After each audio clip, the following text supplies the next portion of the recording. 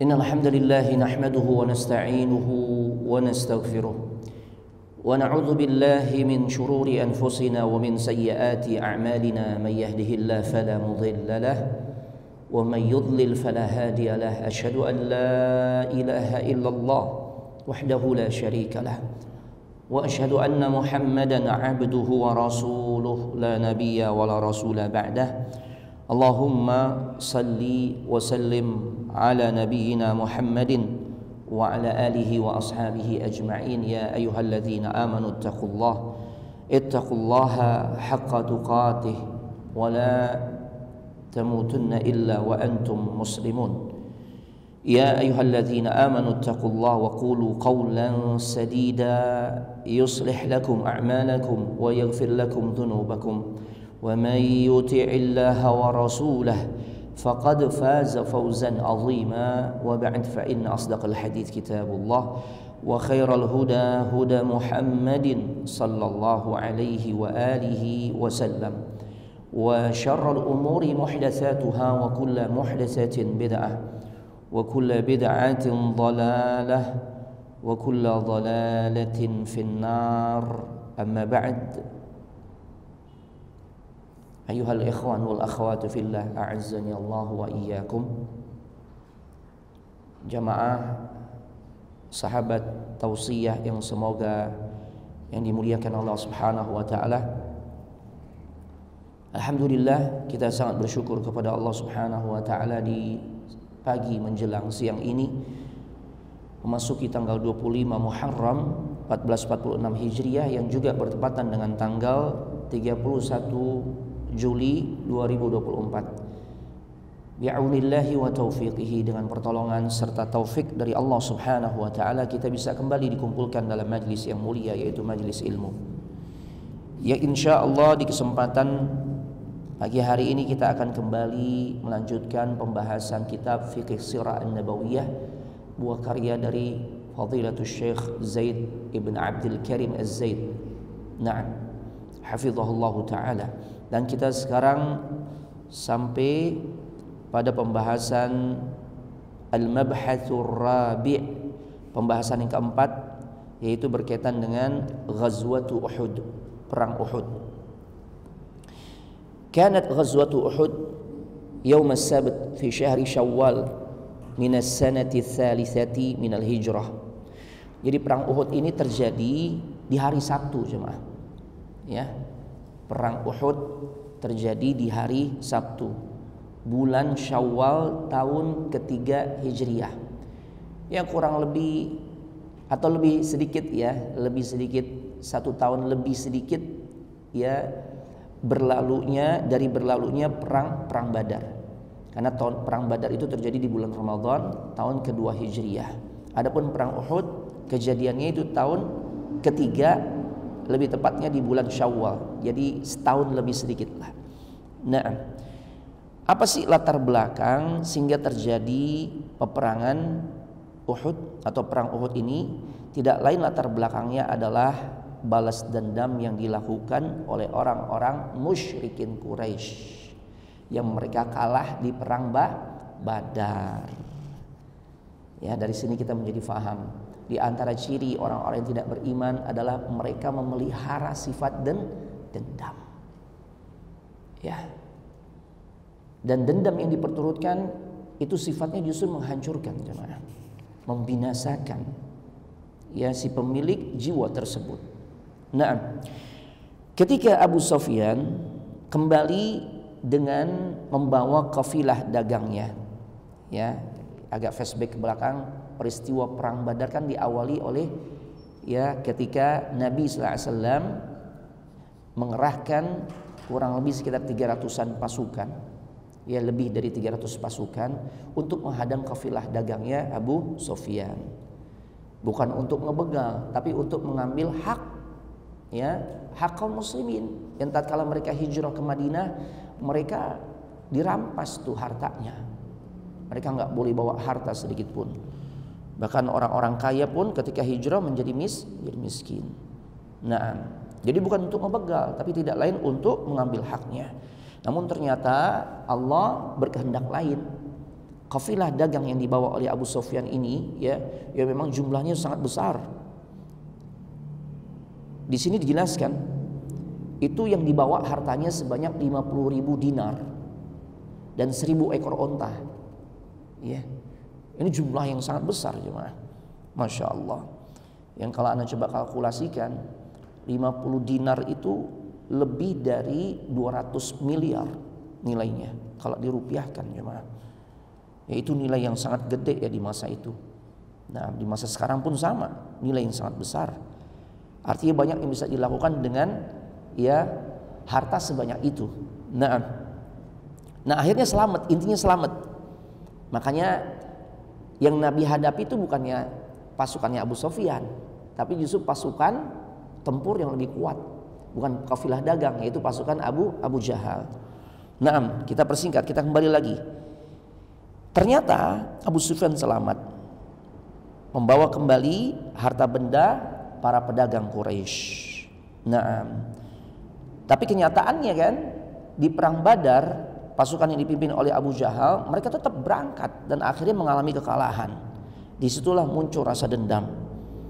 Dan kemudian Abu Sufyan yang menjadi pemimpin pasca tewasnya beberapa gembong-gembong Quraisy seperti Abu Jahal, kemudian Umayyah dan sebagainya.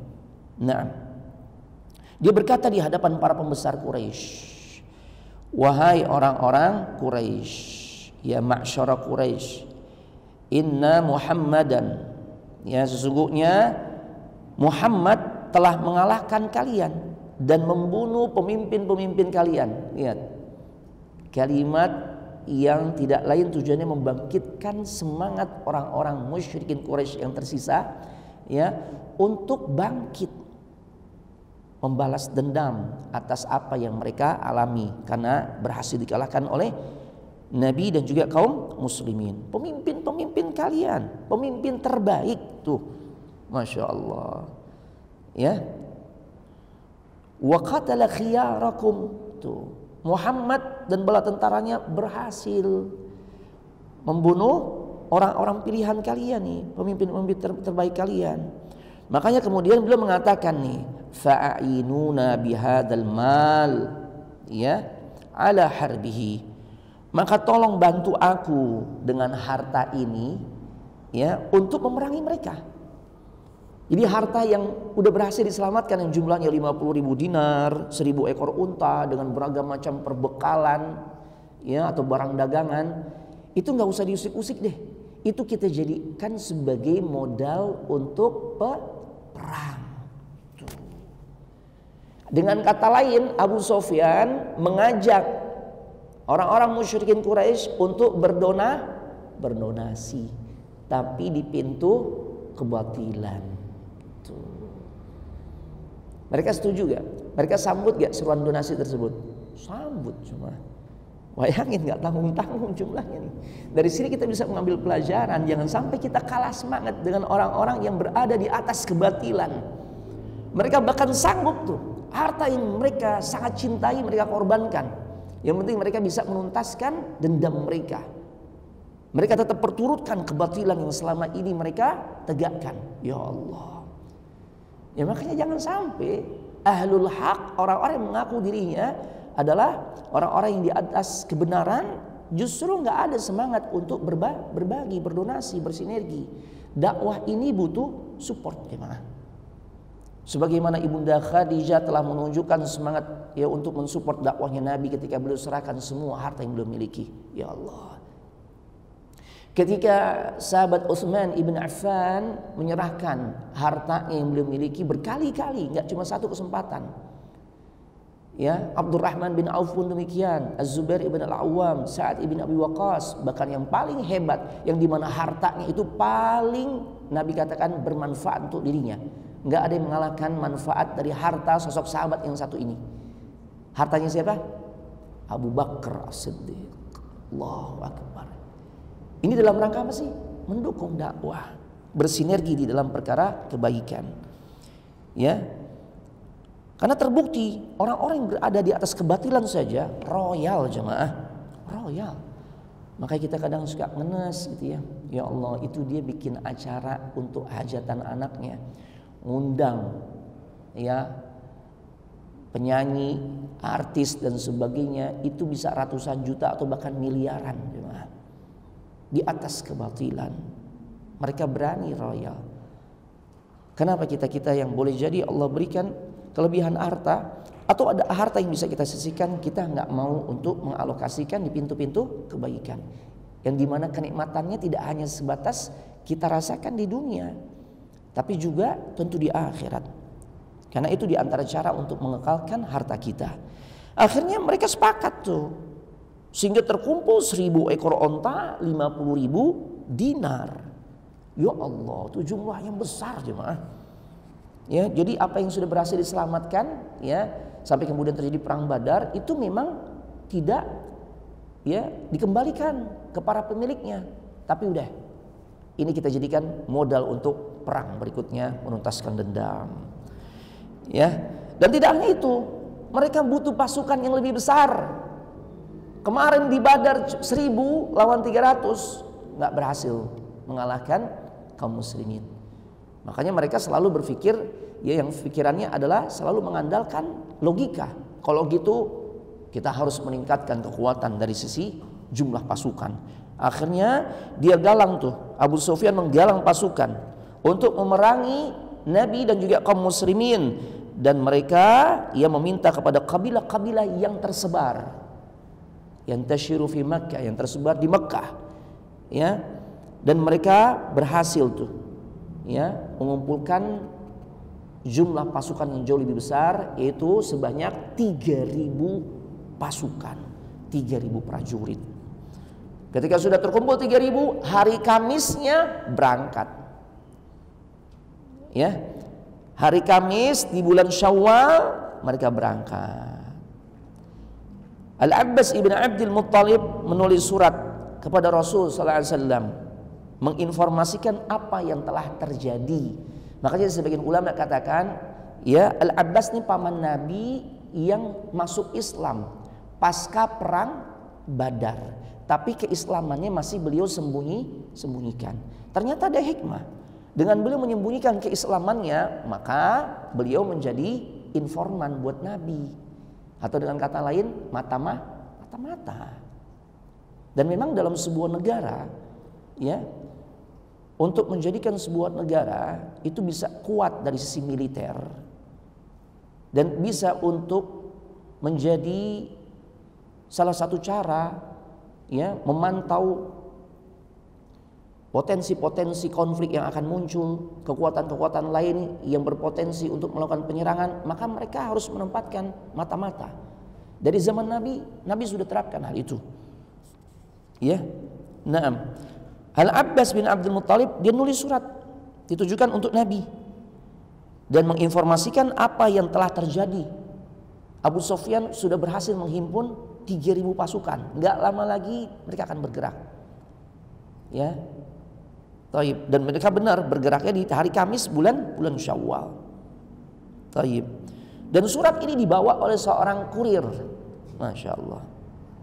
Nah, kurirnya itu berasal dari kabilah Bani Ghifar. Nah, ini Bani Ghifar, sebagian ulama sejarah katakan nih kabilah yang kebanyakan mereka nih memang ahli dalam menunggang kuda. Jadi kalau memacu kuda tuh mereka dengan speed yang tercepat, jemaah. Kalau bahasa kita nggak pakai rem gitu ya, nggak pakai rem, ya. Sebagian lagi mengatakan suku Ghifar ini mayoritas juga mereka suka ngebegal. Bani Ghifar, ya. Artinya memang kan di satu sisi dari sini kita melihat mereka memang punya tingkat keberanian yang lebih di atas rata-rata. Makanya dari sisi kemampuan berkudanya pun mereka sangat lihai. Dikirim kurir untuk menyampaikan surat Al-Abbas kepada Rasulullah SAW. Ya, dan akhirnya sampailah surat tersebut kepada Nabi Sallallahu Alaihi Wasallam. Dan kemudian dibacain tuh surat oleh Ubay ibn Ka'ab. Faqara'a alaihi Ubay ibn Ka'ab. Ya, naam. Tapi Rasul minta ketika dibacakan ini sifatnya rahasia. Ya, ketika berkumpul di suatu tempat yang nggak ada banyak orang, ya mungkin hanya orang-orang tertentu saja yang Rasul izinkan untuk mengetahuinya. Kemudian yang diperintahkan untuk membacanya Ubay bin Ka'ab. Ya, jadi ini surat rahasia jemaah. Akhirnya berita kedatangan tentara Quraisy tersebar di masyarakat. Ya, dan hal ini tentu membuat dampak yang terjadi di kalangan orang-orang Yahudi khususnya dan orang-orang munafik. Apa dampaknya? Ya, ketika ternyata pasukan musyrikin Quraisy yang jumlahnya 3.000 sudah mulai bergerak dan mendekati kota suci Madinah, sehingga pada akhirnya membuat orang-orang Yahudi dan juga orang-orang munafik ketakutan jemaah, khaifan. Ya Allah. Berbeda dengan orang-orang Islam, kaum muslimin yang berasal dari kalangan suku Aus dan Khazraj. Mereka mematuhi perintah Nabi untuk berjaga-jaga sambil membawa senjata. Bahasa kita apa ya? Patroli. Mereka patroli. Karena kondisi negara ini sudah mulai genting. Apa istilahnya? Ya, siaga gitu ya. Nah, siaga berapa nih cuma? Kalau banjir siaga 1 gitu ya. Nggak tahu kalau perang ya. Alhamdulillah ya Allah, mudah-mudahan Allah terus jaga nih negara kita nih agar menjadi negeri yang aman. Darussalam, jangan rusak nikmat yang Allah kasih nih jemaah kepada negeri kita nih, negeri yang aman. Nih kita bikin kajian, hadiri kajian, nikmat aman karena Allah kasih aman. Coba kalau Allah nggak kasih nikmat aman, nggak bisa nih kajian terlaksana jemaah di Masjid Al-Insan. Ya Allah, ya, Masya Allah. Makanya karena kondisi genting, Rasul menugaskan, ya, orang-orang dari kalangan Aus dan Khazraj, orang-orang Ansar khususnya, mereka patroli. Karena kan mereka yang paling tahu medan wilayah Madinah. Ya, ada yang patroli di seputaran Masjid Nabawi karena itu basis. Ya, basisnya kaum muslimin saat kumpul, ibadah, membicarakan hal-hal penting di situ. Ya, kemudian patroli di dekat rumah Rasul karena khawatir di antara target mereka adalah untuk membunuh Nabi. Kan itu misi terbesar musyrikin Quraisy yang dipimpin oleh Abu Sufyan saat itu bergerak lagi untuk ya berperang melawan kaum muslimin, tidak lain untuk membunuh Nabi jemaah. Ya, mereka ingin membunuh Nabi. Makanya ya orang-orang dari kalangan Aus dan Khazraj mereka patroli itu di rumahnya Nabi sallallahu alaihi wasallam, khawatir ada serangan yang sifatnya mendadak. Allahu Akbar. Bergeraknya pasukan musyrikin Quraisy di hari Kamis. Di hari Jumat Rasul sudah dapat info itu, ya. Akhirnya di malam Jumat fi lailatul Jumaah, Rasul ternyata bermimpi. Di pagi harinya di hari Jumat, beliau ceritain tuh mimpinya di hadapan para sahabat. Demi Allah, sungguh semalam aku mimpi. Ya, Rasul ceritain tuh mimpinya seperti apa. Beliau jelaskan, ya, ada beberapa ekor sapi yang disembeli. Kemudian dalam mimpiku tersebut aku juga melihat pedangnya itu sompal, apa sompal ya? Patah gitu loh, bagian ujungnya. Nah, ya, atau gompal gitu ya. Tahu ya? Nah, apa bahasa Indonesianya? Nah, ya kayak begitu ya. Kalau ini diterjemahkan sumbing, pedangku sumbing. Syuf, gimana? Sumbing ini bibir biasanya ya. Ini apa nih kalimat personifikasi kayaknya. Ini pedangku ya gompal di bagian atasnya. Ya, kemudian dalam mimpinya tersebut yang beliau ceritakan kepada para sahabat, saat mimpi aku memasukkan tanganku ke dalam baju perangku. Dan ternyata takwil mimpi tersebut adalah sapi yang disembeli itu maknanya terbunuhnya beberapa orang dari sahabat Nabi. Selain itu berkaitan dengan gompalnya ujung mata pedangnya, itu tanda terbunuhnya seorang dari anggota keluargaku. Siapa yang terbunuh di perang Uhud? Hamzah, pamannya Nabi. Ya, dan kita tahu bagaimana Hamzah adalah simbol keberanian di tengah-tengah pasukan kaum muslimin. Dia mendapatkan julukan apa? Asadullah, singanya Allah. Allahu Akbar. Ini kalau sebutan-sebutan kayak gitu bukan maknanya Allah punya singa, bukan. Ini menunjukkan kemuliaan makhluk tersebut. Ya, kayak Baitullah, rumah Allah nih, masjid.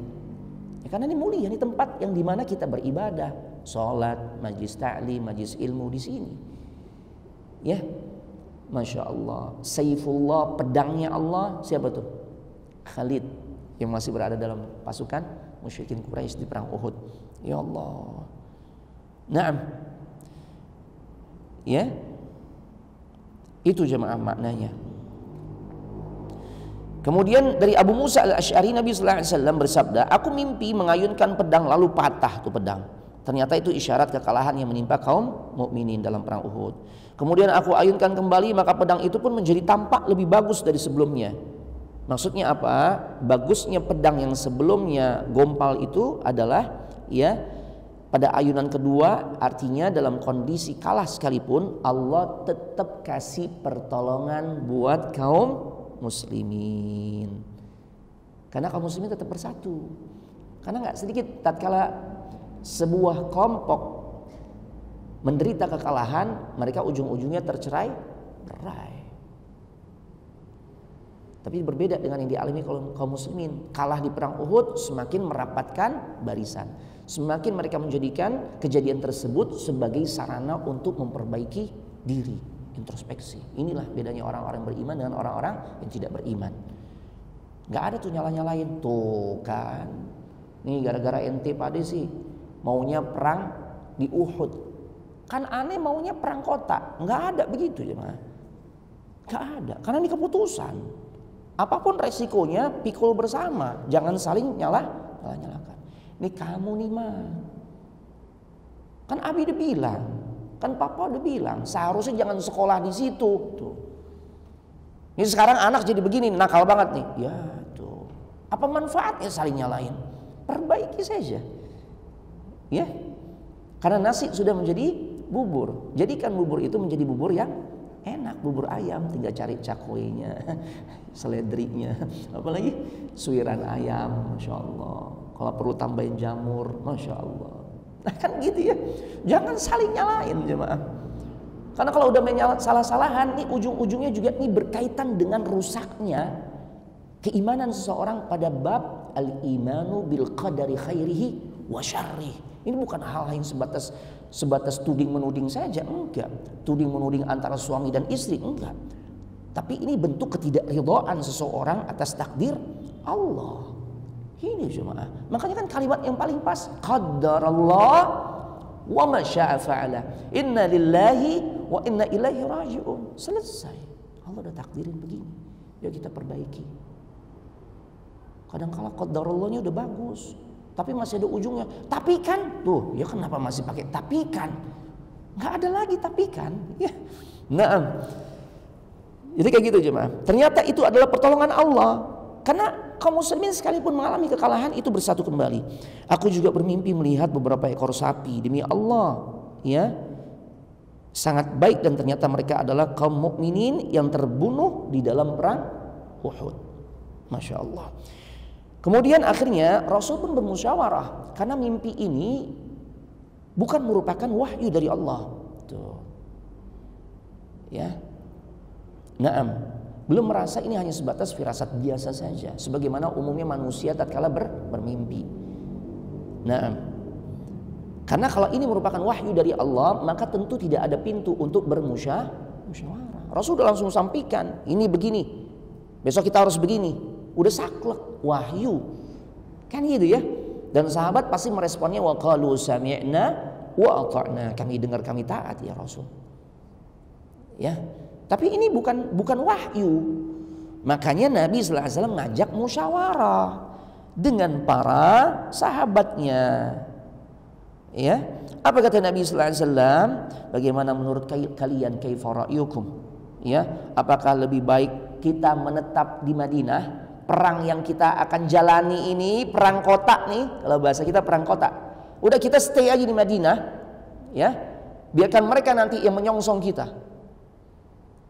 Ya, mereka yang samperin kita. Baik, kita tetap stay di Madinah. Sehingga kita bisa tempatkan kaum wanita, anak-anak di tempat-tempat yang tinggi. Entah di benteng-benteng atau tempat yang tinggi, sehingga mereka memiliki tempat yang aman. Mereka terlindungi. Ya. Taib. Apabila musuh tetap bertahan, maka bertahan dalam suasana yang buruk. Oh iya, gimana mereka bisa bertahan di tempat yang mereka nggak kuasai medannya? Kita menang posisi ini. Itu ide Nabi itu. Ya, usulan Nabi dalam musyawarah tersebut untuk menentukan strategi perang, udah perang kota aja. Tungguin aja mereka datang ke sini. Naam. Andai pun mereka mau nyerang kita, kita perangi mereka dari banyak sisi, lorong-lorong kita tahu. Ya, gang-gang dan sebagainya kita yang menguasai. Kita serang mereka dengan anak panah dari atap-atap rumah, dari tempat-tempat lain. Oh, seperti itu. Ini ide sebenarnya bagus, jemaah. Cuma karena musyawarah itu nggak boleh ego, jemaah. Musyawarah itu harus mendengarkan usulan-usulan dari pihak yang lain. Kalau cuma sekedar menyampaikan ini begini, ya saya ketok palu, itu bukan musyawarah namanya. Cuma ngabarin keputusan, ya. Kalau musyawarah dengerin dulu. Makanya butuh waktu, masya Allah. Membutuhkan orang-orang yang dilibatkan adalah orang-orang yang baik dari sisi pemikiran, dari sisi akhlak, dari sisi kecerdasan, gitu jemaah. Nggak boleh sembarangan orang juga. Nah, pendapat ini ternyata didukung, ya karena ini musyawarah terbuka sifatnya, karena ada musyawarah tertutup, ada musyawarah terbuka. Nah, musyawarah ini terjadi secara terbuka. Kenapa? Situasinya genting, harus dibuat keputusan yang cepat, ya, sehingga semua tokoh ada di tempat musyawarah itu, termasuk tokoh-tokoh kebatilan, orang-orang munafik yang digembongi oleh Abdullah ibn Ubay ibn Salul ikut juga musyawarah. Ya, begitu juga orang-orang dari kalangan muhajirin dan ansar. Nah, kalau Abdullah ibn Ubay ibn Salul udah langsung ngangguk dia. Wah, ini cakep nih. Saya setuju. Aneh setuju nih dengan ide ini nih, perang kota. Tapi motivasi dia menyetujui usulan Nabi itu bukan karena melihat untuk sisi kebaikan kaum muslimin, bukan. Tapi kebaikan secara pribadi. Kalau perang kota, kaburnya gampang tuh. Iya, dia tinggal ngumpet di mana misalnya, mudah dia lakukan. Ya, ini tujuan-tujuan busuk ya maaf. Sekalipun sekilas sepintas sama tuh. Ya, apa yang beliau anggap baik dengan apa yang Nabi usulkan. Disinilah yang menjadi pembeda, niatnya yang beda. Motifnya yang beda, ya. Nah, anak-anak muda sebagian besar, ya, yang nggak ikut dalam perang Badar, mereka nggak setuju dengan ide Nabi kayak begitu, ya, karena mereka sudah sangat termotivasi untuk dapat pahala syahid, untuk mendapatkan untuk mendapatkan kesyahidan, pengen mati syahid, udah nggak sabar pengen mati syahid, ya Allah, luar biasa. Dan kebanyakan mereka adalah anak muda. Ada yang tua, tidak lain pamannya Nabi. Di antara orang yang juga nggak setuju dengan idenya Nabi, pamannya Nabi, yaitu Hamzah. Ya, Hamzah pun sama. Dia nggak ingin kalau itu, ya, kalau strategi yang diterapkan adalah perang kota. Ya, mereka berkata, ya Rasulullah, mari kita sambut musuh kita agar mereka nggak nganggap kita nih sebagai juben, pengecut, orang-orang yang memiliki sifat pengecut. Kita nggak mau kayak begitu ya Rasul. Songsong mereka, kita samperin mereka. Jangan kita cuma berdiam diri nih, ya, di kota suci Madinah. Kita keluar juga ya Rasul. Jangan sampai nanti mereka nganggap kita pengecut. Apalagi Hamzah mengatakan, kalau memang kita menerapkan konsep perangnya adalah ya perang kota, kita nunggu mereka saja. Kata Hamzah, saya nggak enak makan dan saya nggak enak tidur. Ya, masya Allah. Akhirnya mereka bersikeras dengan keinginannya, dan beliau pun pada akhirnya menyetujui ya usulan mayoritas sahabat. Diawali beliau mengimami mereka salat Jumat. Kemudian di momen salat Jumat itu dijadikan sebagai sarana untuk ngasih nasihat. Dan mereka serius, harus serius. Ya karena memang momen salat Jumat itu momen terbaik untuk ngasih nasihat. Cuma sayangnya kebanyakan kita kaum muslimin yang laki-laki yang memang terkena kewajiban untuk sholat Jumat, menjadikan momen sholat Jumat bukan untuk menjadi momen yang berharga agar dia bisa mendapatkan nasihat-nasihat dari sisi agama, tapi justru dijadikan momen untuk enak tidur. La haula wala quwata illa billah. Kan terjadi nih, miliknya aja di dekat tembok atau paling tidak di dekat tiang. Khatib udah berapi-api, innal hamdalillah bismikallahumma amutu wa ahya. Ya Allah, jangan sampai kayak begitu jemaah. Makanya Nabi manfaatkan jemaah. Nabi benar-benar manfaatkan ini momen sholat Jumat untuk nasehatin tuh kaum muslimin, pasukan yang siap bertempur. Dan Rasul memerintahkan mereka serius, sungguh-sungguh. Jangan cuma sebatas emosi sesaat. Namun kalian nanti nggak mempertanggungjawabkan apa yang harus kalian tunjukkan. Nah ini jemaah, realistis jemaah. Mereka pun senang ya untuk menyongsong musuh, sementara sebagian yang lain nggak setuju. Ya inilah konsekuensi musyawarah. Ya, sehingga pada akhirnya karena kebanyakan menginginkan untuk keluar menyongsong musuh, akhirnya Rasul putuskan kita keluar. Nah, kemudian Rasul selesai sholat Jumat, ya, kemudian masuk sholat asar. Pasukan kaum muslimin semakin siap, patroli terus dilakukan, sehingga kemudian Rasul pun masuk ke dalam rumahnya. Nah,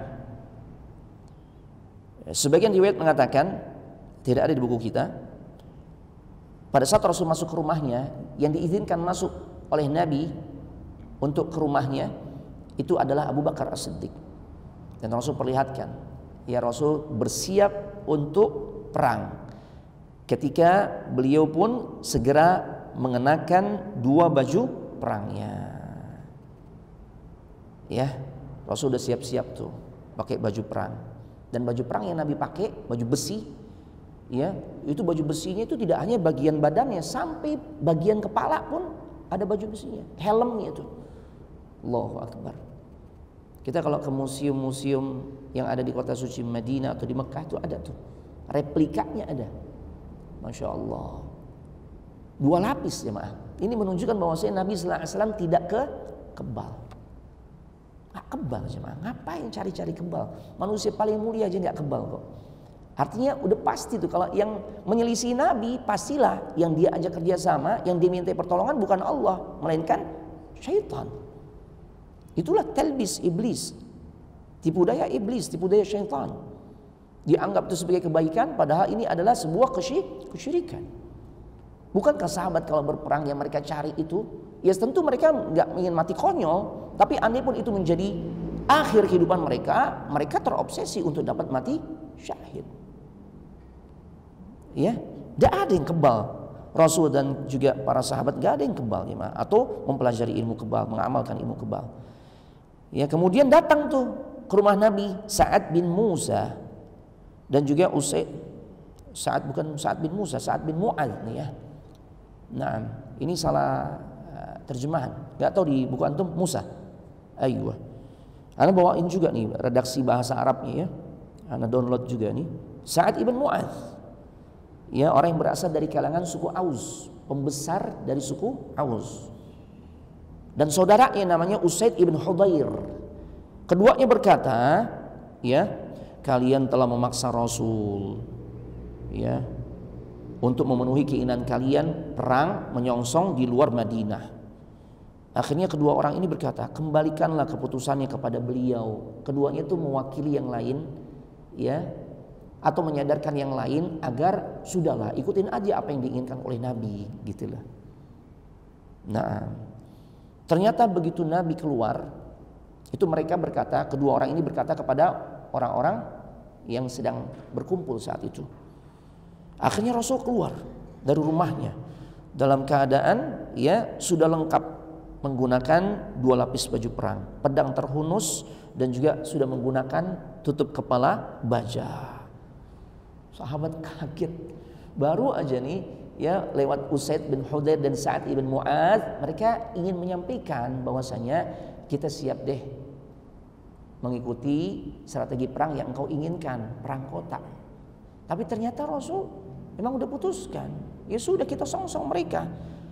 Makanya bentuk keseriusan Nabi keluar dari rumah sudah dalam keadaan pakai baju perang yang lengkap jemaah, sampai dengan helm bajanya. Dan mereka sungkan, kami nggak ingin menentangmu ya Rasul, ambil keputusan sesuai kehendakmu ya Rasul. Ya, akhirnya Rasul Shallallahu Alaihi Wasallam pun menjawab jemaah, ya, bahwasanya nggak patut bagi seorang nabi, ya, ma yanbaghi li nabiyyin idza labisa la amatahu an yad'aha hatta yahkum Allah bainahu wa baina aduwih. Kata Nabi SAW, nggak pantas bagi seorang nabi yang sudah mengenakan, ya, topi bajaknya, dan dia sudah gunakan pula baju perangnya secara lengkap untuk melepas kembali sampai Allah memutuskan antara dirinya dengan musuhnya. Ya, artinya nggak akan dilepas. Ini baru dilepas kalau perang sudah usai. Apapun hasil diperoleh, mau menang ataupun kalah sesuai dengan keputusan Allah, itu baru dilepas. Kalau udah dipakai nggak boleh dilepas, padahal perang belum terjadi. Artinya udah perang, kita songsong mereka. Ya, berangkatlah Rasul dengan kekuatan lebih dari sekitar 1000 pasukan, sampai, ya, di satu wilayah yang disebut di sini Syaut. Ya, naam, Syaut, asyautu. Naam. Ketika mereka sampai di satu wilayah yang bernama Syaut, ya, ini wilayah di antara Madinah dengan Uhud, berarti pertengahan nih, sebelum sampai wilayah Uhud. Naam. Nah, akhirnya terjadi satu peristiwa, sebagian pasukan disersi, ngebelot, ya, keluar dari barisan. Ya Allah, mereka nggak mau ikut perang. Dan jumlahnya nggak tanggung-tanggung, 300 pasukan jemaah. Ya Allah, menarik diri. Nah, dan tidak hanya menarik diri, mereka juga sambil berusaha untuk menggembosi pasukan yang belum mau bergabung dengan mereka tuh, yang akan keluar dari pasukan yang akan berperang. Ya Allah, ya, apa yang mereka katakan? Tuh, dia Muhammad itu hanya mengikuti kemauan para sahabatnya saja dan mengabaikan aku. Ini yang bicara adalah gembong munafik, Abdullah ibn Ubay ibn Salul. Kan kalian jelas-jelas tahu nih, yang dituruti oleh Muhammad itu hanya sahabat-sahabatnya saja, bukan aku. Ya, padahal kan Abdullah ibn Ubay juga adalah sosok yang terpandang tuh di Madinah. Bahkan digadang-gadang sebelum Nabi SAW tiba di Madinah, yang akan mereka jadikan pemimpin di Madinah itu adalah dirinya. Di saat kebanyakan gembong-gembong, maaf, orang-orang dari kalangan Aus dan Khazraj itu udah pada mati di perang Bu'ats, menyisakan di antaranya Abdullah bin Ubay. Ternyata Rasul hijrah dan Rasul ditetapkan sebagai pemimpin buat orang-orang di Madinah. Sakit hati dia, ya. Makanya dia pura-pura masuk Islam, tapi sesungguhnya memendam rasa benci yang luar biasa kepada Nabi sallallahu alaihi wasallam dan juga kepada kaum muslimin serta kepada Islam itu sendiri. Dia katakan, untuk apa kita membunuh diri? Ini kalau kita ikut bersama Muhammad di dalam barisan pasukannya, ini sama aja kita nih bunuh diri. Tuh. Fi riwayat dijelaskan, coba kalian pikir, kalau Allah takdirkan kita akan menang, udah menang aja, kita nggak usah pakai perang. Karena kalau kalian perang, ini sama aja bunuh diri. Kalau kalian mati, istri-istri kalian jadi janda, harta yang kalian kumpulkan pasti diambil tuh oleh suami barunya dan sebagainya. Kira-kira kalau untuk orang yang lemah imannya, kepengaruh gak dengan ucapan begini? Kepengaruh jemaah, dikomporin tuh. Ya, lagi-lagi ya, kalau berkaitan dengan kondisi orang-orang yang imannya lemah, Sisi untuk mempengaruhi mereka tidak lain adalah sisi dunia, diguncang tuh, dipengaruhi dari sisi dunia. Mereka akan kehilangan dunia. Beda dengan orang-orang beriman. Kalau orang beriman, ya tidak memperhatikan masalah itu. Justru yang dibangkitkan adalah sisi semangat untuk meraih kemuliaan di akhirat. Nah, di tengah perjalanan, ya Rasulullah SAW melakukan inspeksi. Rasul meriksa, ya. Kondisi pasukannya gimana nih? Karena Rasul memang membuat sebuah aturan yang memang bisa masuk di dalam barisan pasukan kaum muslimin itu yang memang kategorinya sudah patut, sudah layak untuk berperang. Yang masih terlalu muda nggak diizinkan. Yang masih ABG yang usianya mungkin 13-14 tahun atau maksimal 15 disuruh pulang sama Nabi. Tercatat 2 nama nih yang sebenarnya masih muda belia. Ya. Yang pertama Rafi ibn Khudaij, yang kedua Samura ibn Jundab. Nah, ini sebenarnya dari sisi umur nggak layak nih untuk ikut perang, untuk diizinkan perang. Tapi karena keduanya punya skill. Yang pertama Rafi ibn Khudaij, sekalipun masih muda, ya ternyata Rafi itu ahlur rami, ahli dalam urusan memanah. Sedangkan urusan memanah ini sangat dibutuhkan. Kemampuan memanah ini memang Rasul sangat butuhkan. Karena memang pada akhirnya Rasul menempatkan sekitar 50 orang pasukan pemanah. Jadi pasukan khusus nih. Oleh karenanya akhirnya karena dia terus membujuk Nabi agar diizinkan, dan dia bahkan menunjukkan kemampuannya. Saya ahli memanah ya Rasul, dan dia bisa menunjukkan keahliannya tersebut. Akhirnya Nabi izinkan. Temennya nggak mau kalah. Namanya Samura ibn Jundab. Ya, dia juga masih belia. Samura awalnya nggak diizinkan, tapi karena dia mengatakan aku juga memiliki keahlian yang dibutuhkan dalam sebuah peperangan ya Rasul. Aku ahli di dalam bela diri, guletkah atau apalah, ahli bela diri. Dan akhirnya dites, ya. Disuruh duel lawan Rafi dan dia berhasil mengalahkan Rafi. Oh, ini jagoan juga nih, turun. Ya, jadi potensi keberaniannya diarahkan kepada hal yang benar. Ini luar biasa, Saudara. Pemuda-pemuda di zaman Nabi sallallahu alaihi wasallam, mereka memiliki keberanian yang dimana keberaniannya mereka arahkan kepada pintu-pintu kebaikan. Bukan kayak anak muda zaman sekarang, jemaah. Kita sedih nih. Ya karena salah di dalam mengarahkan mereka. Mereka berani mati sebagaimana yang ditunjukkan juga oleh Rafi dan juga Samura serta pemuda-pemuda lainnya di masa Nabi. Cuma bedanya Samura, Rafi dan yang lain sebagainya, mereka tuh di pintu-pintu kebaikan. Adapun anak-anak zaman sekarang, keberanian yang mereka tunjukkan ya di perkara-perkara yang sia-sia, kebatilan. Berani mati cuma ngebela tim sepak bola kesayangannya. Tuh, ya kan sampai mati ya, sampai mati itu ngebela tim kesayangannya, mati konyol wallahi. Mati konyol. Mati ngebela geng motornya. La ilaha illallah. Ini jemaah. Ya. Karena mereka tidak mendapatkan pendidikan, pengarahan, keteladanan yang baik dari orang tuanya. Loh, iya ini kayak begini nih karena orang tuanya abai, jemaah.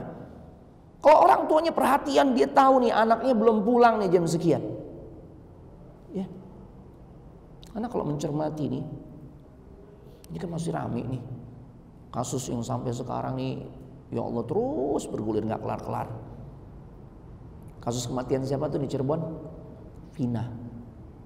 Kan yang disorot sisi apanya di situ? Sisi hukum. Ketidakadilan tidak didapatkan oleh ya keluarga yang kemudian ya mereka menjalani hukuman tuh oleh pihak-pihak yang menjalani hukuman padahal mereka dijadikan tumbal, kan begitu ya. Jangan cuma sorot sebatas itu. Anda nggak katakan masalah hukum bukan masalah yang penting, tapi itu bukan ranah kita, jemaah. Kita berharap saja mudah-mudahan pemimpin negeri ini semakin baik kondisinya, semakin amanah, ya. Cuma yang lebih penting buat kita nih dalam lingkup keluarga demi keluarga adalah bagaimana kita tuh mengayomi, memperhatikan, membimbing, mengarahkan memantau tumbuh kembang anak kita, pergaulannya, nggak dibiarkan begitu saja. Kan terkuak, emang biasa tuh, nggak pulang-pulang tuh. Sisi itu yang seharusnya disorot, ya.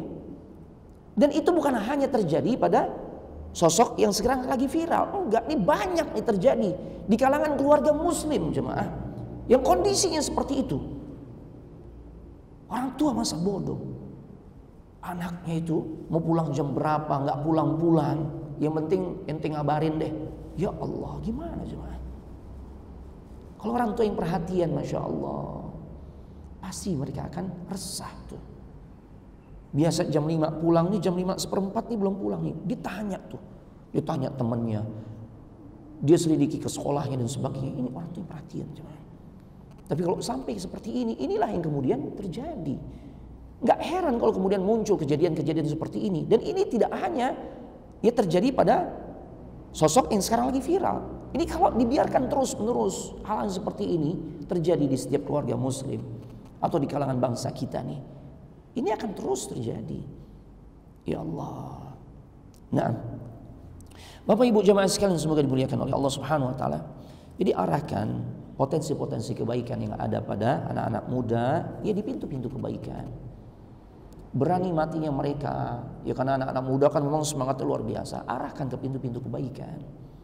Tayyib. Nah, ya anak-anak zaman sekarang juga luar biasa, semangat tempurnya luar biasa.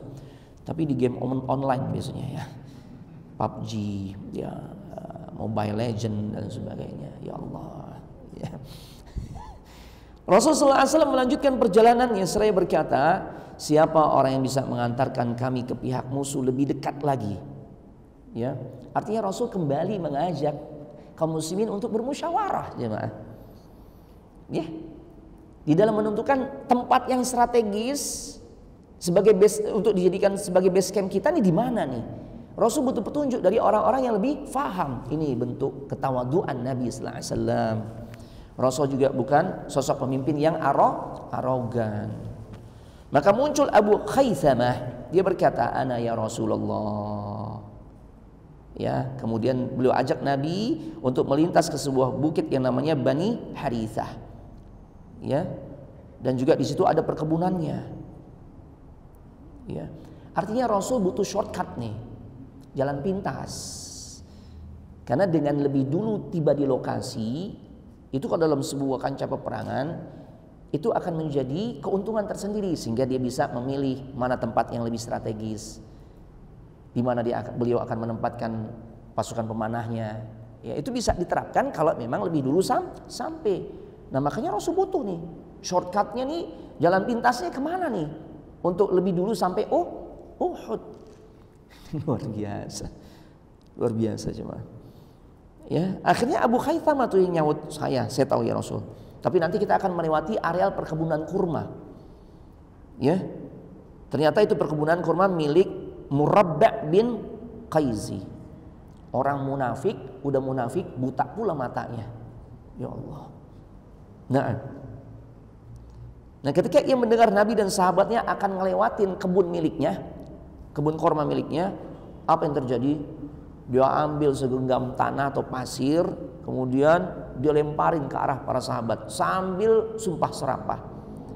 Ya, jika kalian atau jika anda adalah Rasulullah, aku nggak halalkan tuh dirimu masuk ke kebunku. Nah, orang munafik coba. Nah, sehingga sahabat pun geram dan mereka mengepung Murabba' bin Qaizi. Tapi Rasul katakan, ya da'hu, biarkan dia. Jangan kalian bunuh dirinya, la taqtuluhu. Jangan kalian bunuh dia.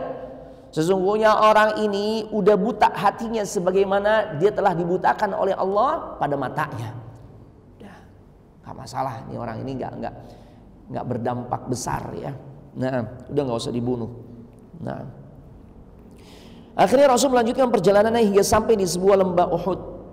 Nah, posisinya, jadi Nabi ngambil posisi ngebelakangi gunung Uhud, belakangi semua.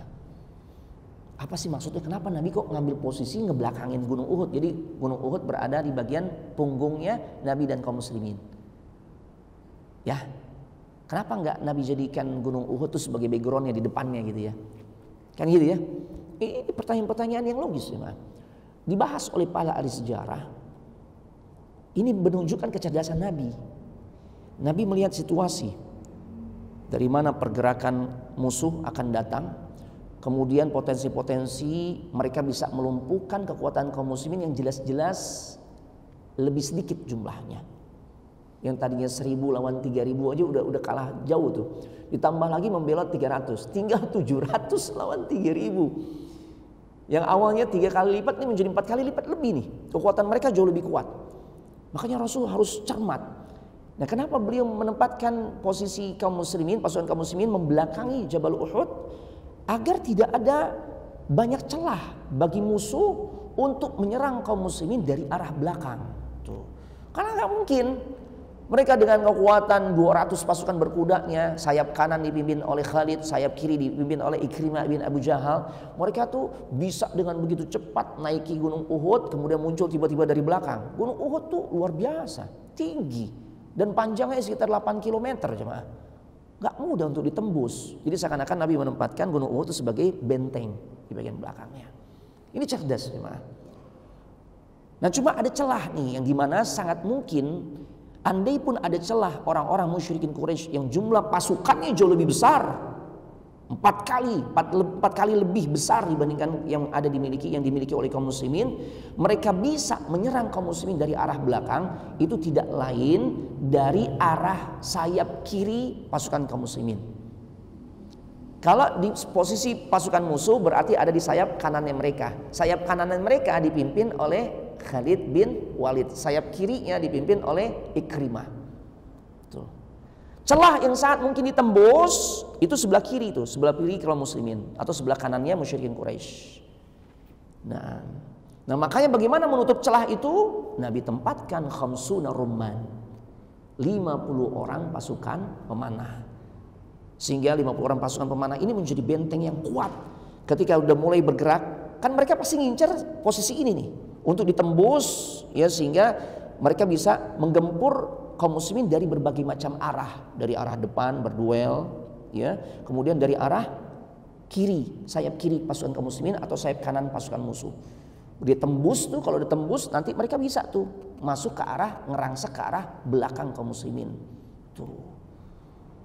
Dan ini bahaya, makanya Nabi tempatkan nih 50 orang pasukan pemanah dipimpin oleh Abdullah ibn Jubair. Ini Rasul cerdas banget jemaah. Memadukan antara komposisi senior dan junior. Anak muda dibutuhkan karena mereka energik, tenaganya, staminanya masih maksimal, keberaniannya nggak perlu diragukan. Cuma mereka butuh rem karena mereka suka kebablasan. Makanya dipadukan oleh sahabat senior yang menjadi jenderal pasukan pemanahnya, panglima pasukan pemanah, namanya Abdullah bin Jubair, senior tuh. Dan perintah Nabi kepada mereka simpel, fala tabrahu makanakum. Apapun kondisi yang kalian lihat dari saudara-saudara kalian pasukan yang ada di bawah, apakah mereka sudah mulai mengumpulkan harta rampasan perang sebagai pertanda pasukan muslimin akan meraih kemenangan, atau kalian melihat pasukan yang ada di bawah itu justru sudah mulai jadi santapan burung pemakan bangkai.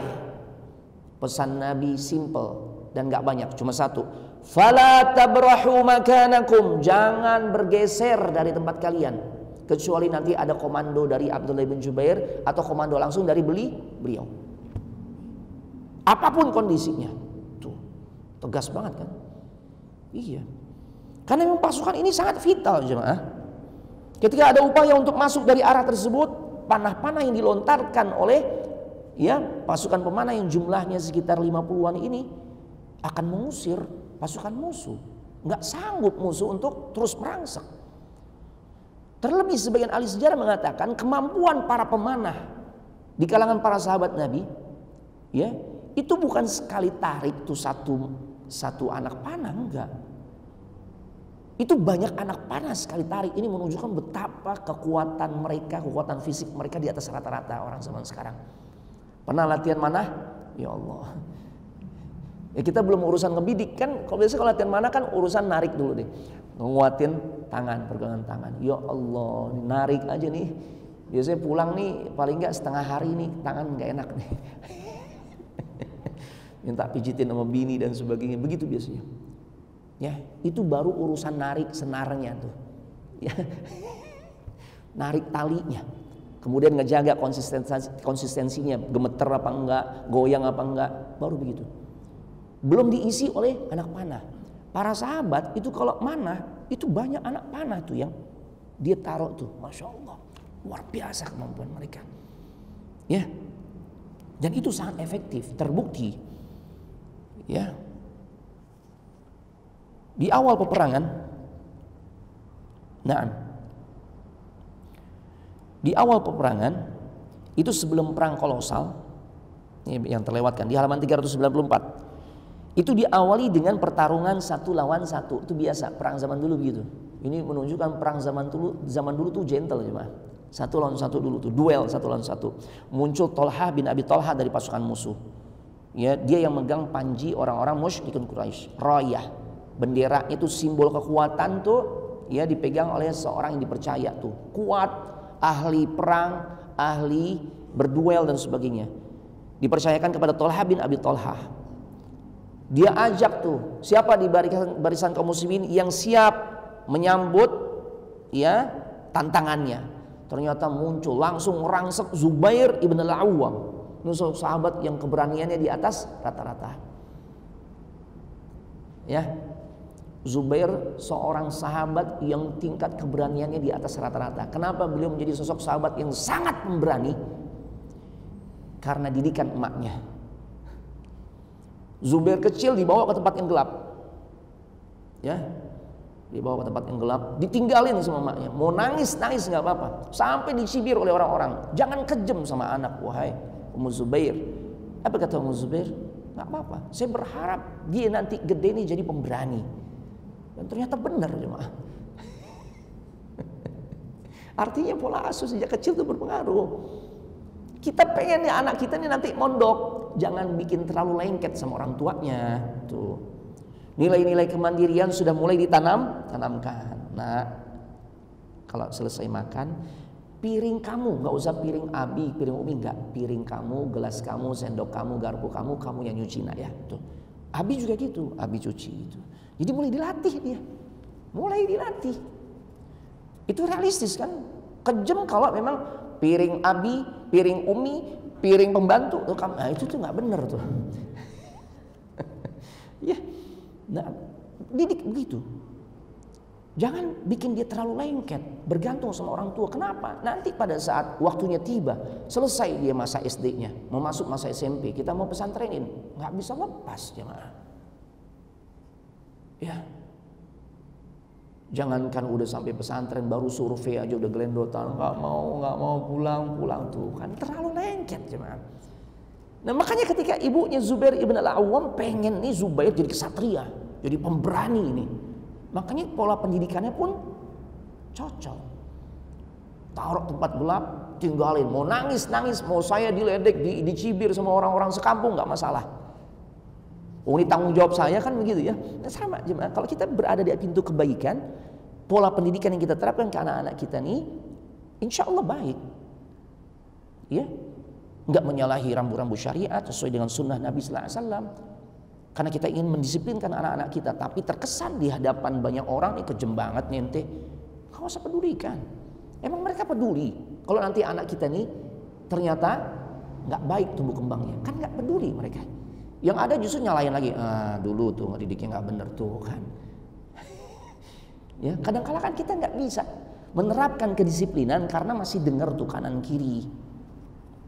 Kalau emang udah bener caranya, nggak melampaui batas pula, silakan terapkan. Dia langsung rangsek nih Zubair. Ya, dia langsung terjang tuh musuh. Tolha bin Abi Tolha.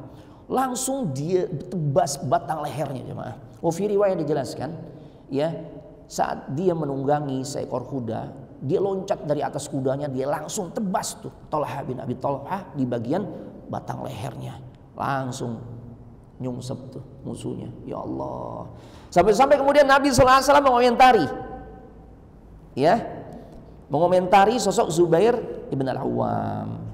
Inna likulli nabiyyin hawari. Sesungguhnya setiap nabi itu memiliki pengikut setia, dan pengikut setiaku tidak lain adalah di antaranya nih sosok Zubair ibn al-Awwam, sosok yang sangat pemberani. Masya Allah. Setelah duel selesai baru perang massal berkecamuk. Ya. Dan umat Islam di awal peperangan karena mereka masih disiplin tuh, mengikuti aturan atau strategi yang Nabi sampaikan. Perintah-perintah Nabi masih dipatuhi. Makanya jelas Allah perlihatkan kemenangan udah di depan mata mereka. Ya. Tapi jemaah, yang namanya ujian tidak melulu sesuatu yang sifatnya buruk. Ternyata hal-hal yang baik, yang sesuai harapan, yang sesuai keinginan, itu juga bentuk ujian. Makanya Allah katakan dalam surah Al-Anbiya ayat ke-35, wa nabluukum bisyarri wal khairi fitnah. Dan kami akan uji kalian dengan keburukan dan juga kebaikan. Tuh. Kalau kita kan nganggapnya namanya ujian apa? Yang nggak enak ya. Gak enak. Karena diuji nih. Ya suami kena PHK, usaha suami bangkrut, tuh. Nggak dapat izin dan sebagainya. Ya Allah, harus ganti rugi. Nah, padahal nggak begitu. Ya itu benar. Cuma sebenarnya sisi lain, ketika usaha suami berhasil, karir di kantornya juga mentereng, itu juga bentuk ujian. Makanya ya Allah katakan wa nabluukum bisyarri wal khairi fitnah. Naam.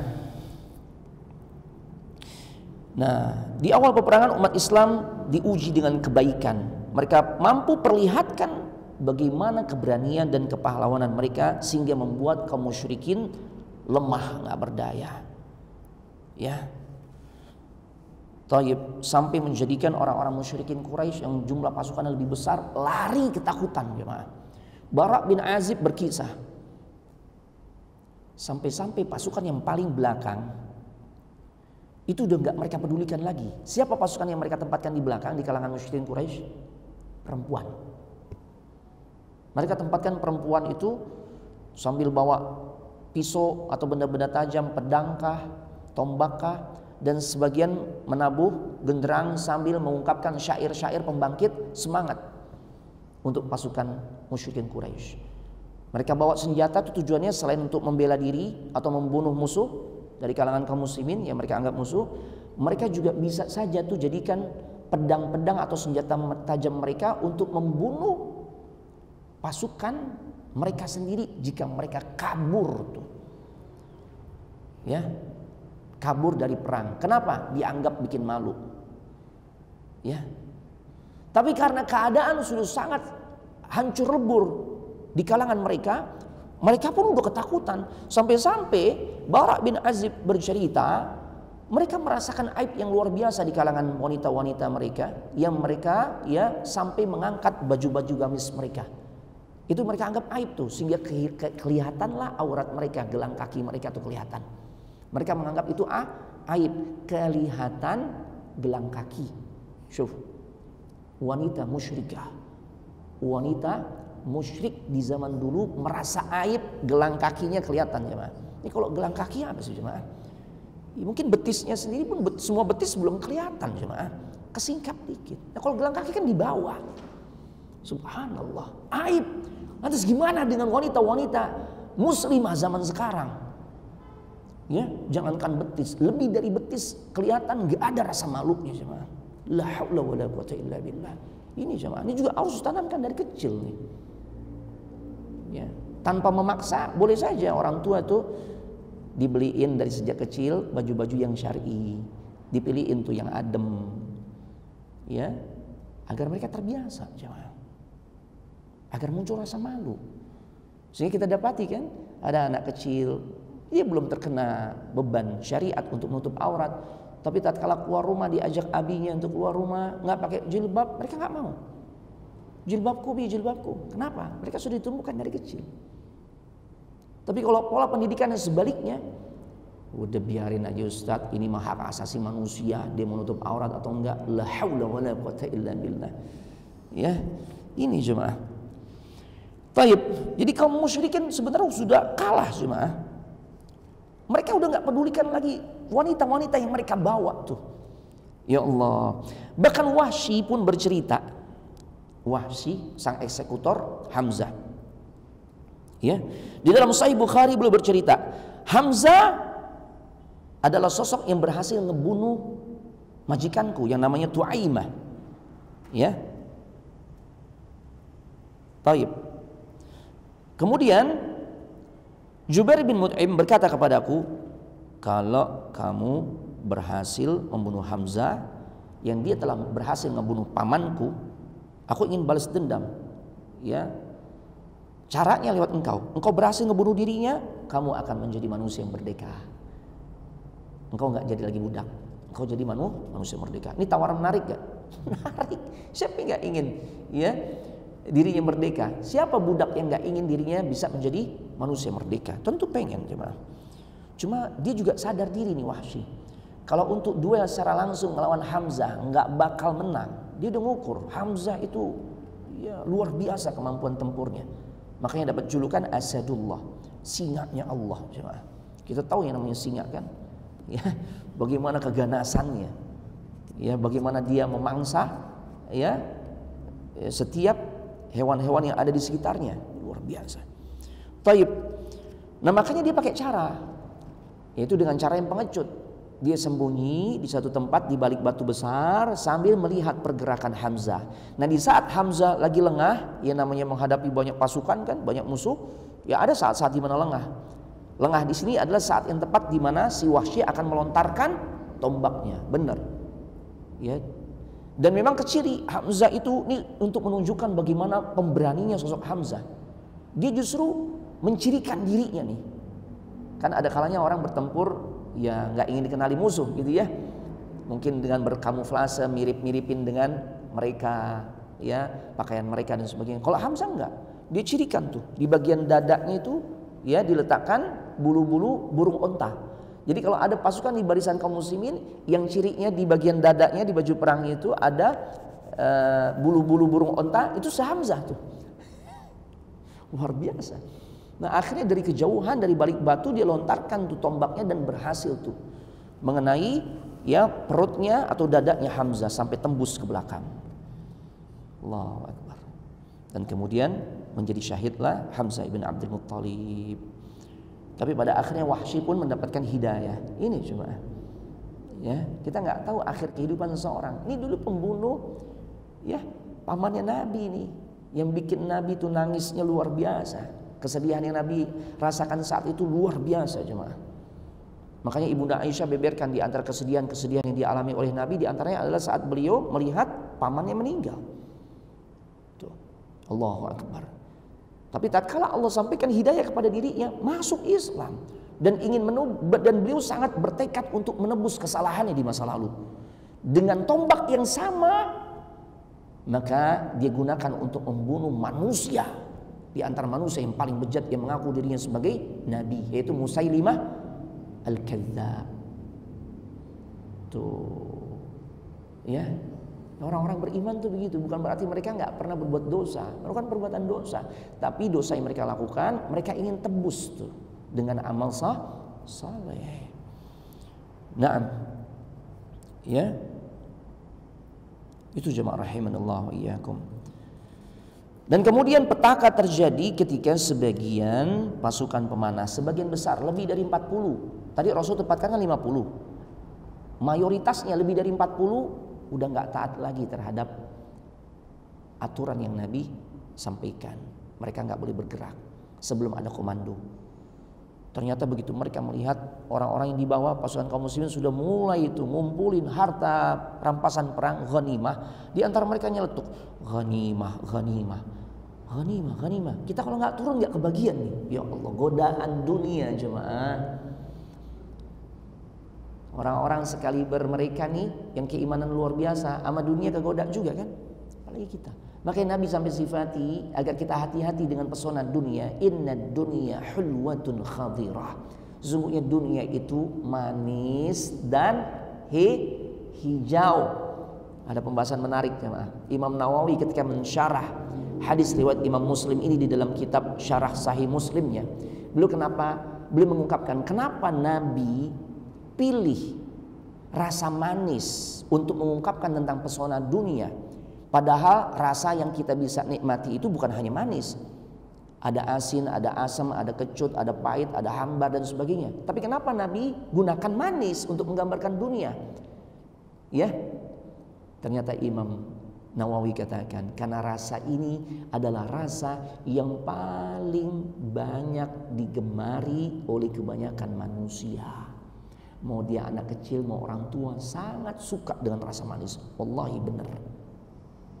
Kita mau akui atau kita nggak akui, benar. Coba aja, siapa di antara kita yang nggak suka rasa manis? Semua kita suka. Dan rasa manis ini sering membuat kebanyakan kita nih terpedaya, sehingga pada akhirnya saking enjoynya dengan rasa manis tersebut, tiba-tiba mulai kita merasakan ada perubahan pada fisik. Gampang pipis, perasaan tadi udah ke toilet, kok mau ke toilet lagi nih? Ya, kalau duduk bersila belum lama aja, ya Allah kesemutannya lama hilangnya tuh kan. Mata sudah mulai agak-agak redup gitu ya. Fisik gampang capek. Check up ke dokter, gula darahnya berapa? Jebret 400. Tuh. Kena penyakit apa? Gula, kencing manis. Karena suka apa? Makanan minuman yang manis. Gak sadar kita. Itulah pesona dunia. Lihat Nabi cerdas ya. Itu. Iya kan? Nah, daya pikatnya luar biasa tuh rasa manis begitu. Bayangin gimana nggak berdampak buruk terhadap fisik. Sarapan pagi teh manis, pasangannya gemblong manis lagi. Syuf, ya Allah, nggak usah anak pakai yang tawar deh ya. Itu singkong yang digecek ya, itu dibentuk-bentuk. Oh getuk, iya. Disiramnya pakai apa? Hah? Kuah apa tuh? Gula, manis lagi tuh, syuf, ya Allah. Indah banget nih perumpamaan yang Nabi sampaikan, disyarah oleh Imam Nawawi.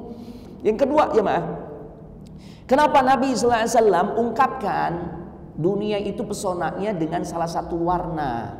Di saat warna-warna yang kita bisa nikmati banyak, ada biru, ada putih, ada merah, ada hitam, ada ungu, ada pink dan sebagainya. Tapi Nabi justru memilih warna hijau. Menarik nih jemaah. Secara ilmiah pun sama nih sebagaimana analisanya Imam Nawawi. Karena warna ini yang paling bisa memberikan efek tenang buat kita. Kalau bahasa ilmiahnya ini warna yang paling bisa memunculkan efek relaksasi. Kita kalau ke puncak, selain kita pengen dapat udara yang seger, ya, sejuk, apalagi yang kita inginkan? Pemandangan yang indah. Kenapa indah? Ijo jemaah. Pemandangan indah tuh ya selain ijo ada sih. Anak pernah ke daerah Badr ya. Itu 150 kilo dari Madinah. Itu indah banget jemaah. Itu padang pasir, bener-bener padang pasir, gunung pasir. Diyakini sebagian ahli sejarah itu tempat malaikat Allah turunkan untuk membantu pasukan Badar. Makanya disebutnya Jabal Malaikah, gunung malaikat. Oh main pasir kita Pak. Udah nggak lihat umur deh, nggak ingat umur. Dan enak memang, tapi nggak tahan lama. Ya Allah gersang banget gitu ya. Sifat keindahannya nggak tahan lama. Beda kalau kita di puncak, betah kita. Coba aja orang-orang Saudi kalau datang ke Indonesia yang mereka kenal apa? Puncak tuh. Kalau udah ke puncak, lupa pulang. Ya kita kalau nyewa villa tuh ke sana, udah di booking Pak. Kapan selesainya? Lama, minimal sebulan. Siapa yang sewa? Orang-orang Arab tuh. Mereka nggak dapati tuh keindahan itu di negerinya. Sehingga ketika mereka merasakan itu nikmat. Sebulan, 3 bulan baru pulang tuh. Ya, karena hijau itu adalah warna yang paling bisa membuat orang tuh ya terdampak, merasakan ketenangan, betah berlama-lama tuh. Padahal jatah kita 60 sampai 70 tahun, tapi banyak orang yang nggak ingat mati udah makin dekat. Kan gitu ya. Itu sifat pesona dunia. Masya Allah. Makanya Nabi gambarkan dengan warna hijau. Nggak Nabi gambarkan dengan warna merah dan sebagainya. Coba aja. Kalau kita lagi tegur sapa, bercanda sama teman-teman kita, teman akrab. Kan suka keluar celetukan. Ente tuh kalau ngelihat fulus, ngelihat duit mata jadi jadi apa? Hijau. Nggak pernah mata jadi merah, itu sakit gimana? Mata hijau tuh kan. Ini jemaah, Masya Allah, barakallahu fikum. Ini jemaah ternyata ketipu dengan dunia. Ghanimah, harta rampasan perang. Kita kalau nggak turun nggak kebagian nih. Ya Allah, itu harta rampasan perang konsepnya bukan siapa yang bisa banyak ngumpulin nanti dia dapat tuh, enggak. Nanti dikasih nabi yang ngebagi-baginya sesuai dengan wahyu dari Allah. Itu jemaah. Tapi itulah dunia. Kita tahu dunia terambil dari kata dani yang artinya remeh, hina. Bahkan lebih hina dibandingkan seonggok bangkai anak kambing. Dia tidak lebih mulia, atau jangankan lebih mulia, sama aja dengan satu sayap seekor nyamuk, itu tidak seperti itu. Dia lebih hina, lebih remeh dibandingkan satu sayap seekor nyamuk. Allahu Akbar. Karena kalau sama nilainya dengan satu sayap seekor nyamuk, satu gelas, satu tetes atau satu teguk air Allah nggak kasih kepada orang-orang kafir jemaah. Tapi karena hina Allah kasih mereka. Orang terkaya kebanyakan kafir kan, karena hina. Kita tahu tentang kehinaan dunia karena Nabi sampaikan, Allah juga sampaikan di Al-Quran, nggak ada pujian tentang dunia. Tapi kemudian karena pesona yang begitu memikat sehingga banyak membuat kita tertipu. Makanya Nabi ingatkan kita. Ya, karena itu terjadi. Yang menjadi sebab kekalahan kaum muslimin karena mereka tergoda, terbuai dengan dunia. Turun tuh 40 lebih. Khalid ngelihat, ini dia nih yang dia incar-incar untuk ditembus, nggak bisa-bisa karena kuat banget nih lontaran anak panahnya. Ternyata 40-an turun, bergerak Khalid tuh. Merangsek untuk masuk, naik ke Jabal Rumah dan menguasai tempat tersebut. Terbunuh juga Abdullah ibn Jubair sang komandan dan sisa pasukan meninggal. Mati syahid. Ya, berhasil dikuasai, mulai dia teriakkan. Ya, kepada teman-teman yang sudah mulai kabur tuh diteriakkan. Ya, serang balik kembali, ya, serang kaum muslimin. Mereka tengok, wah, posisi menang nih. Akhirnya posisi kaum muslimin jadi terjepit. Diserang dari arah depan dan dari arah belakang. Allahu Akbar. Bahkan Nabi SAW dalam satu kesempatan beliau kena jebakan yang mereka buat. Mereka buat sebuah lubang yang ditutupi oleh macam-macam jerami dan sebagainya. Pada saat posisi terdesak, Nabi terjerembab masuk ke dalam lubang tersebut. Sehingga ada sebagian mereka yang berhasil melemparkan Nabi yang saat Nabi masuk ke dalam lubang tersebut dengan batu besar. Dan alhamdulillah memang Nabi sudah mempersiapkan segala sesuatunya, ya. Batu besar tersebut menimpa bagian helmnya Nabi, kepalanya Nabi yang sudah ditutupi dengan helm baja. Tapi karena itu batu besar dan hantamannya cukup keras sampai menjadikan beberapa gelang-gelang besi dari helmnya Nabi itu pecah dan nancep ke pipinya Nabi sallallahu alaihi wasallam. Ya Allah. Luar biasa ya, makanya dalam perang tersebut Nabi terluka parah, darah mengucur dari kepalanya. Kemudian Fatimah berusaha untuk menghentikan pendarahan. Dalam sebuah riwayat dikatakan Fatimah mengumpulkan ranting-ranting pohon yang kering, beliau bakar jadi abu. Ternyata itu memang efektif untuk menghentikan pendarahan sang ayah. Belum lagi dihajar oleh Ibnu Qami'ah, ya. Di saat dia melihat Nabi dalam posisi terdesak, dia hantamkan tuh pedangnya sekuat tenaga ke bagian bahunya Nabi. Ya, yang tentunya terjaga oleh baju perangnya. Tapi Nabi cerita, berbulan-bulan aku merasakan sakit yang luar biasa akibat hantaman Ibnu Qami'ah.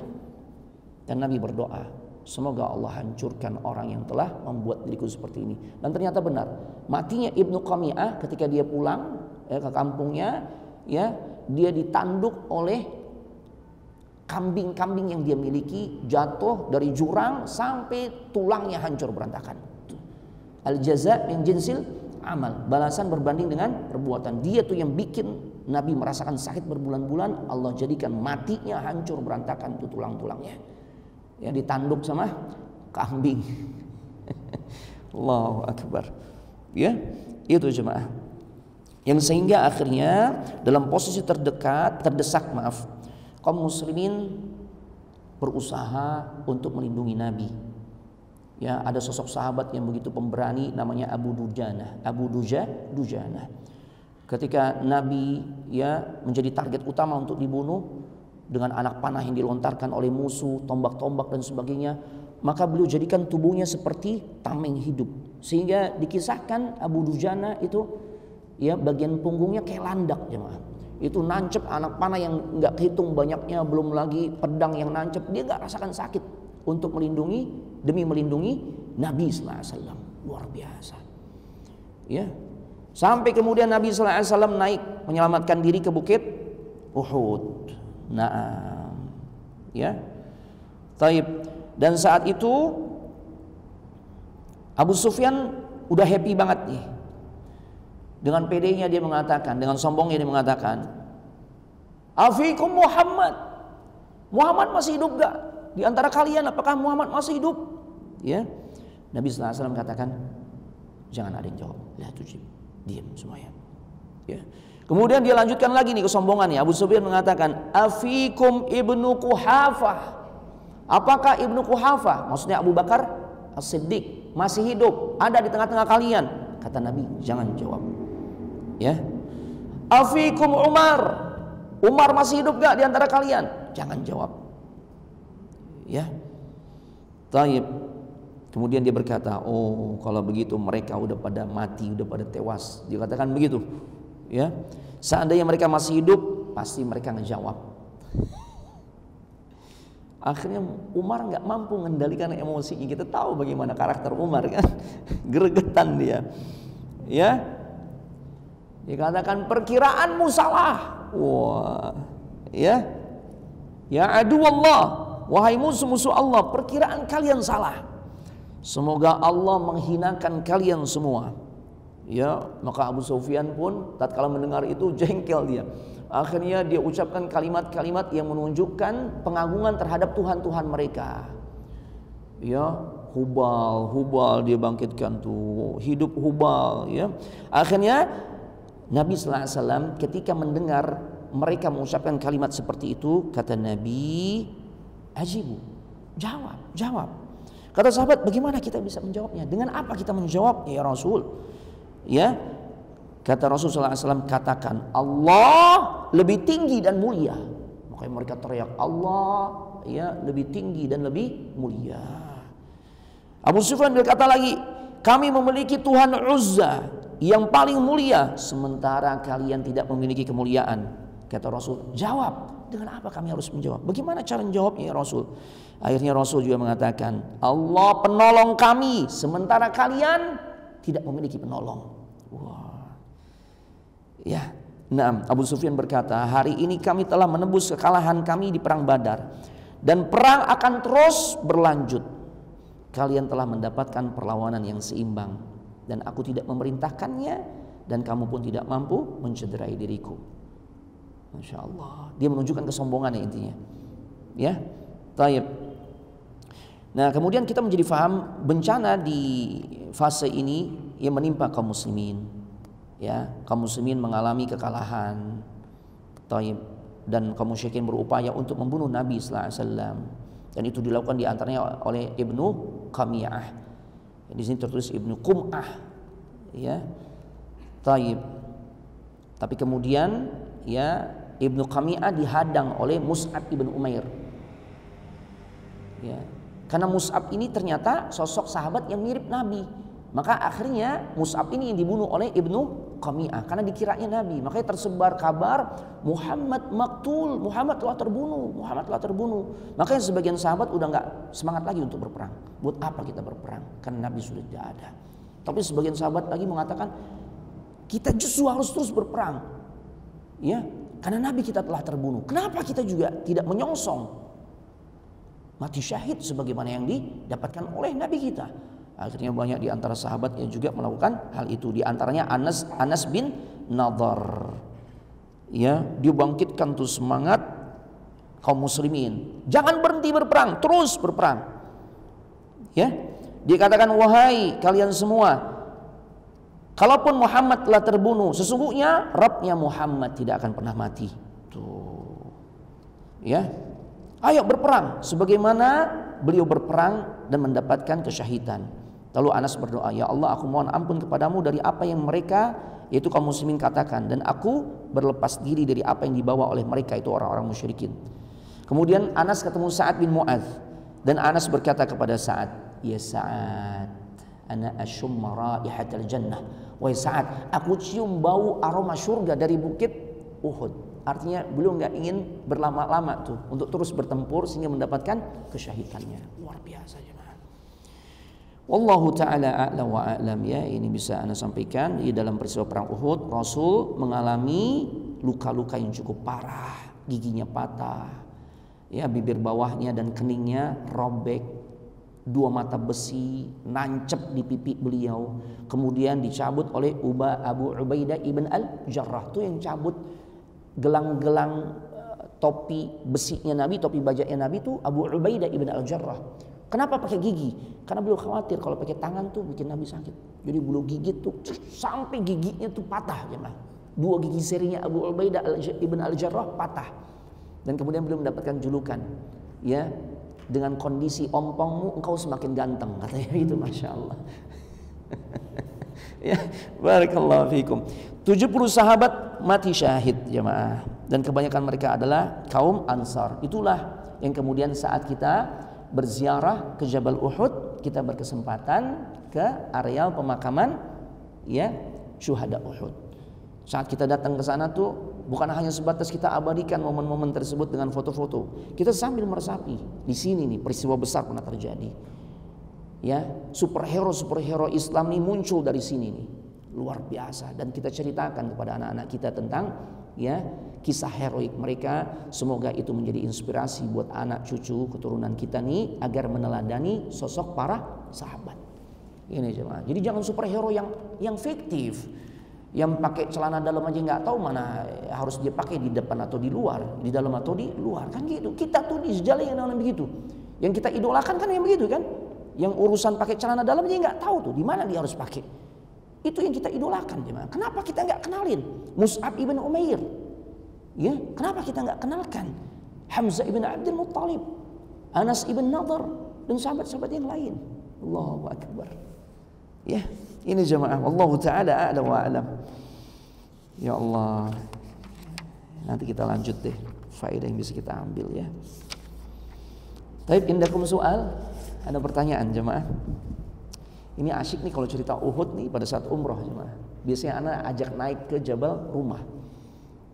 Jadi kita ngelihat tuh, ya, benar-benar ngerasain tuh di mana posisi pasukan kaum muslimin, ya, di mana pergerakan Khalid ibn Al-Walid ketika memukul balik pasukan kaum muslimin, masya Allah. Dari arah mana tuh musuh datang, masya Allah. Itu nikmat banget jemaah. Ya, wallahu taala ala wa alam.